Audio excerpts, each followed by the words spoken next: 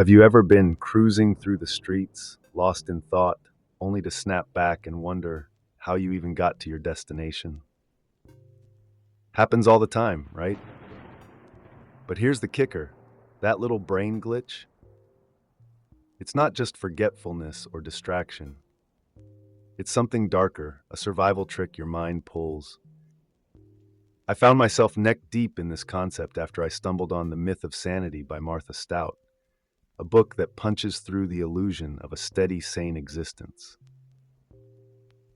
Stout breaks down the terrifying reality that dissociation, that feeling of being checked out, is not reserved for the clinically insane. It's a trick we all use, a way to deal with trauma and life's little emotional landmines. So buckle up, because what we're about to uncover isn't just psychology. It's the roadmap to how we're all mentally escaping from the chaos of living.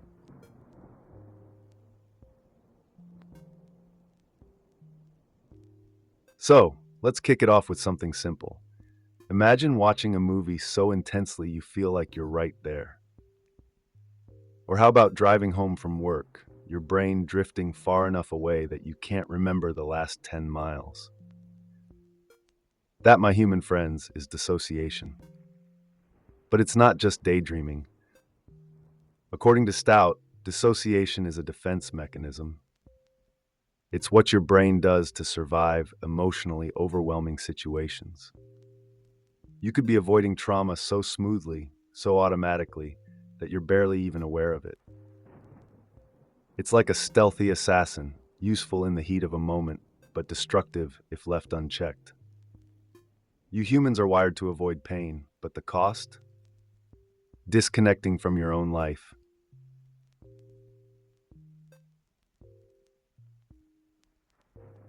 Let me paint you a picture. Beverly is sitting on a train platform, reading a newspaper.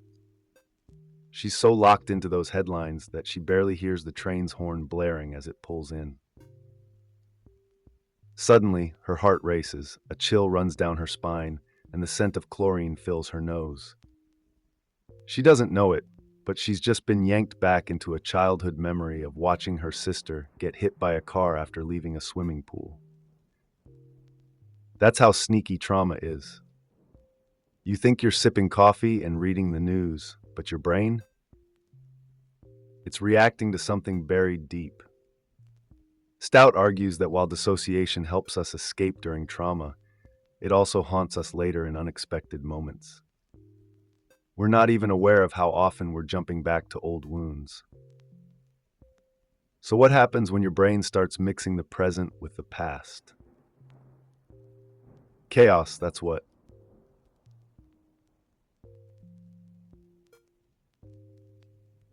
Now let's dive into the nitty-gritty of how trauma messes with your brain. Normally, your senses pass information to the amygdala, that little bundle of neurons responsible for processing emotions. The amygdala does a quick check. Is this a threat? Can we handle this? If the coast is clear, the info moves to the hippocampus, where it gets sorted into memories. But when something traumatic happens, the amygdala freaks out, and the hippocampus just can't cope. Suddenly, you've got isolated fragments of memories floating around, an image here, a smell there, and no coherent way to make sense of them. That's why people who go through serious trauma often can't describe what happened to them in words. The memory's all broken up, like a puzzle where half the pieces are missing.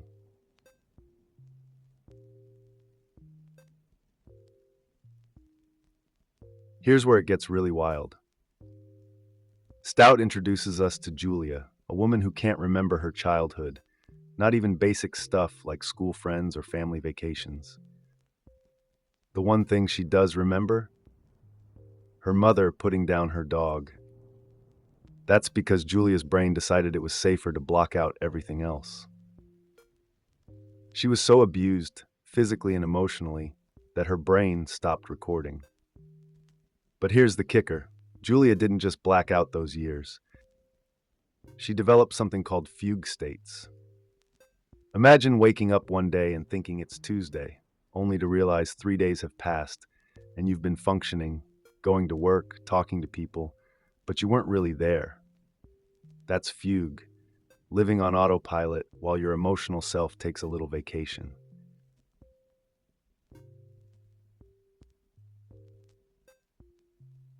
Julia's story doesn't stop at just losing chunks of time. She'd often slip into these fugue states without any warning, and her coworkers, friends, and even family wouldn't notice anything different. Think about that for a second. Functioning, talking, working, and no one around you has a clue that mentally you're gone. Now, this isn't just some random anomaly. It's a coping mechanism that a traumatized brain develops. Julia's mind was so used to dissociating during her childhood abuse that it defaulted to that whenever things got stressful as an adult. It's like the brain flips a switch. You're present, but not really present, just existing. Creepy, right? This idea of losing yourself without anyone noticing opens up a bigger question about how fragile identity really is. When does the autopilot stop and the real you take the wheel? And then there's Lila.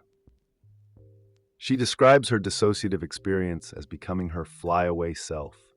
Picture her at a 7-Eleven, having an argument with the cashier. The guy's condescending look flips a switch in her head, reminding her of her abusive stepfather. Suddenly, it feels like she's looking at the world through the wrong end of a telescope. Everything gets distant, small. She's there, but she's also not there.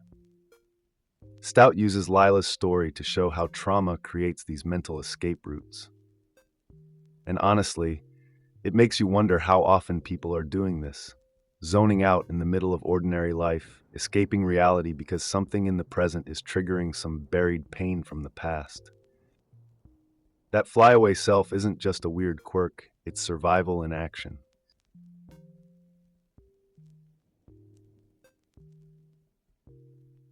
Let's take a hard look at the core of this dissociative problem: childhood trauma. Stout isn't shy about the numbers. Nearly 5% of kids in the United States are reported as victims of abuse, and an even larger percentage experience sexual abuse before they're 18. Then there's the exposure to violence, muggings, shootings, all the chaos of urban life. Here's the thing: kids are way more vulnerable than adults when it comes to trauma. They're like emotional sponges, soaking up everything without a strong filter to make sense of it all. When bad things happen, their brains lock away those experiences to keep them from overwhelming. But as these kids grow up, those locked away memories keep breaking through, causing dissociation.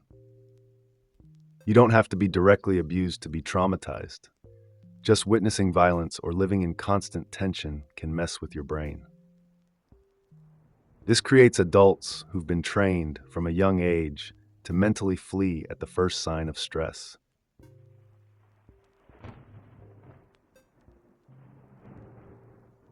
It's time to talk about the big one: dissociative identity disorder, DID. You might know it as multiple personality disorder, but let's get real here. It's not like in the movies where someone has 10 different personalities fighting for control. DID is more subtle, and it's a defense mechanism for chronic abuse.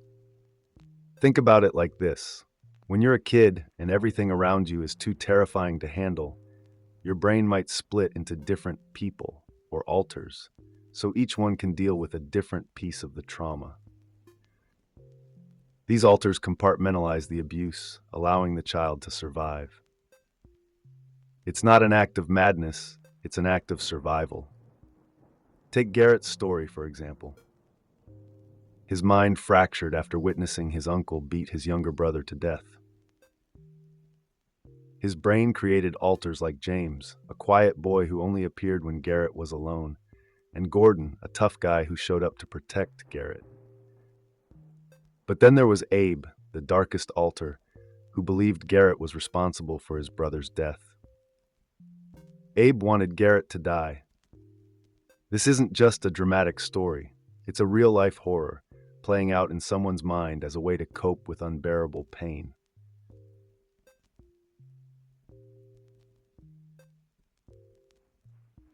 Here's the catch. Most cases of DID don't involve dramatic changes between different people.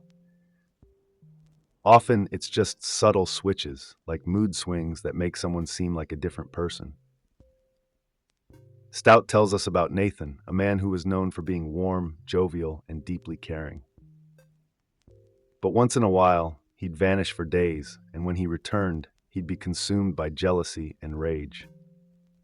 One moment, he was the loving family man everyone knew, and the next, he was grilling his wife about her past relationships like he was someone else entirely.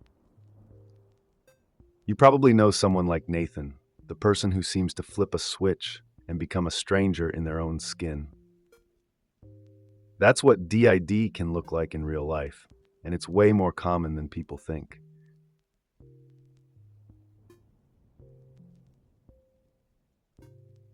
But here's the thing, dissociation isn't just for those with DID.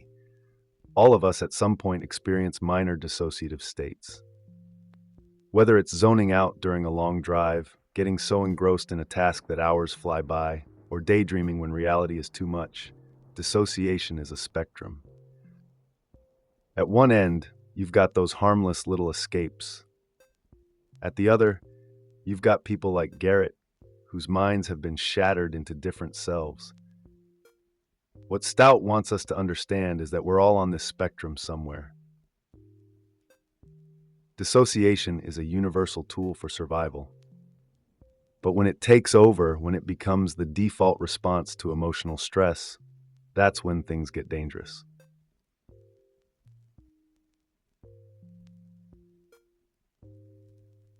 And this is where recovery comes in. Stout doesn't just leave us hanging in the mess of dissociation. She gives us hope by showing how people like Garrett and Julia face their traumas head on. Garrett, with the help of hypnosis, revisited the memory of his brother's death over and over until his alter Abe understood that Garrett wasn't to blame. Once Abe accepted that, he disappeared. Julia, who had no memory of her childhood, began to recover pieces of her past and confront them. She even revisited the beach where she'd tried to kill herself. These aren't just therapy success stories, they're roadmaps for healing. Facing the trauma, reliving it, and integrating those lost pieces of memory back into the present is how you move past dissociation.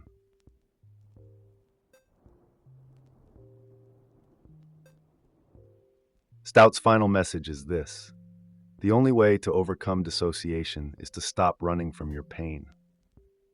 It's about taking responsibility for your life and staring your past in the face, no matter how terrifying it is. For some, like Garrett and Julia, that means undergoing intense therapy. For others, it's about having those hard conversations, revisiting the places tied to painful memories, or even something as simple as keeping a journal. Dissociation might be a survival mechanism, but it's not a life sentence. By confronting the past, we can reclaim the present.